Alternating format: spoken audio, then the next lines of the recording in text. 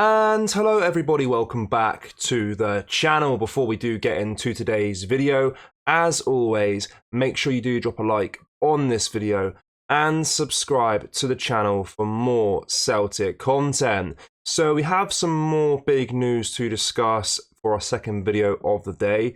As I mentioned multiple times in the last week, it's very, very hectic at Celtic right now in the transfer space. A lot of moving parts going on. And I want to discuss the multiple deals that could be set to happen in the near future of this transfer window after the kind of latest reveal that we've seen. We'll discuss that in just a moment. But let's give you a follow-up of the Matt O'Reilly transfer situation. So, it has been reported that Celtic have once again turned down Atalanta's bid for midfielder Matt O'Reilly, despite the Serie A club offering an improved deal of £14.3 million, plus additional performance-related payments. Now, that's a terrible, terrible offer. It equated to about £18 million total if all the different things came together and paid out, which is way below Celtic's asking price of £25 million, way below my evaluation of Matt O'Reilly is around £30 million. But the negotiations are still ongoing. Atalanta are willing to negotiate, so are Celtic. They're not giving them a harsh rejection, no more talk. But the clubs are not yet agreed on a valuation that satisfies both the parties. I'm personally hoping Celtic don't budge on this one at all. I want them to stay firm on their stance of at least £25 million. I think it should be more than that, as I just mentioned, around 30. Some of you guys in the comments think about £40 million for Matt O'Reilly. But being realistic from what we've seen in the past, the players that we sold, I think £30 million is probably the most we'll ever get for him, unfortunately. Of course, though, it's worth mentioning, he is under contract until 2027. So if we look at it, he's got 3 years left in his contract. Celtic don't need to sell him if they don't want to. O'Reilly hasn't been kicking up a fuss about leaving the club. We'll discuss that in just a second as well. But just given the fact of how many teams are interested in him, it does feel like it's inevitable that he will leave the club at some point in this transfer window. I'll go over some of the teams that are interested. So Juventus, Roma, AC Milan and Atletico Madrid, as well as 2 Premier League sides, Southampton and Leicester City. So there's a lot of teams to be interested in him, and of course the aforementioned Atalanta as well. So a lot of Italian clubs, a Spanish club, and 2 Premier League clubs as well. So we know why that is. He scored, 19 goals last season, got 18 assists in 49 appearances from a midfield position. Is absolutely insane numbers to have. And we've seen it more recently again as he captained Celtic in the 4-0 win over DC United. He captained his side for the first time, and not only that, he got 2 goals in that game. He was an unbelievable player, an absolute star player for Celtic. Now, let's discuss basically what I've been saying for the last week or so, that, I like Matt O'Reilly. He's not obviously one of my favourite players at Celtic, but his attitude is superb as well. He's not forcing to move out of the club. He's very much happy to stay at Celtic if needed. And Brendan Rodgers has reiterated that today in the media while speaking about Matt O'Reilly's situation. He said his attitude is first class. There's absolutely no change in Matt's demeanour or happiness. He respects and knows the privilege it is to play for Celtic. He knows what Celtic has given him and the development that's come from being here. So it's not a burden for him to be at Celtic. He's got a first-class attitude, and that's why we've been really comfortable with the situation he's in. He can captain the team the other night, and he's a fantastic professional. So that's great to read and hear from Brendan Rodgers, basically saying that Matt O'Reilly is very much, still a professional, really, and training as hard as he can, working as hard as he can, getting better and better every day.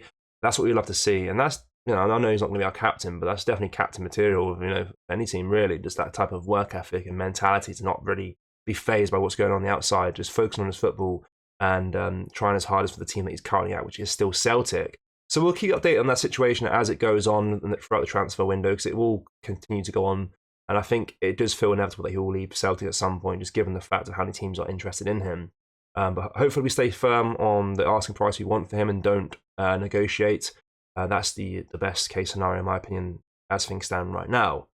So let's discuss multiple deals that will go on throughout this transfer window, and this is all due to our partner club, Admira Wacker, who are an Austrian second-tier side. Now, a lot of noise around this team has been going on in the last few hours that there's been a lot of transfers going their way to the Austrian tier side. So last year, Matthew Anderson and Toby Aluwayemi spent last season on loan with that side, and in particular, Anderson looked really good for them at left back. So what I'm basically saying is this is our feeder team. We feed young players to Admiral Wacker and the Austrian side. And there's speculation now from their chairman, which we'll discuss in just a second, that more is going to happen in the coming days and weeks of this transfer window. So, but Anderson in particular was really, really good. And that's kind of leveraged his career a little bit. And he's basically now getting opportunities in pre-season with Celtic, of course, at left back. In particular, the game the other day there against DC United, we won 4-0. And I thought he looked pretty good as well. I thought he looked pretty solid. And I spoke recently about the left back position. Of course, we know we need to strengthen that area on the park. But why not give Anderson a chance there, or give him some opportunities in cup games, or come on in the last few minutes of games to compete with Greg Taylor? That could be an option if we don't want to spend any more money at left back. So yeah, it looks like that was a very beneficial loan for him. Oluwayemi struggled a little bit more, but that's bound to happen. Loans go 50-50 one way or the other. But Anderson's definitely benefited from that. And now the club's sporting director, Peter Stoger, admitted his side are in continual dialogue with the Scottish champions about potential more deals. He said, "We are in constant communication with Celtic, and I do believe that something will happen soon. We are very hopeful to get players from them again. Matthew Anderson in particular did well last season, and he has left a hole in the left-hand side of the team that we need to fill again."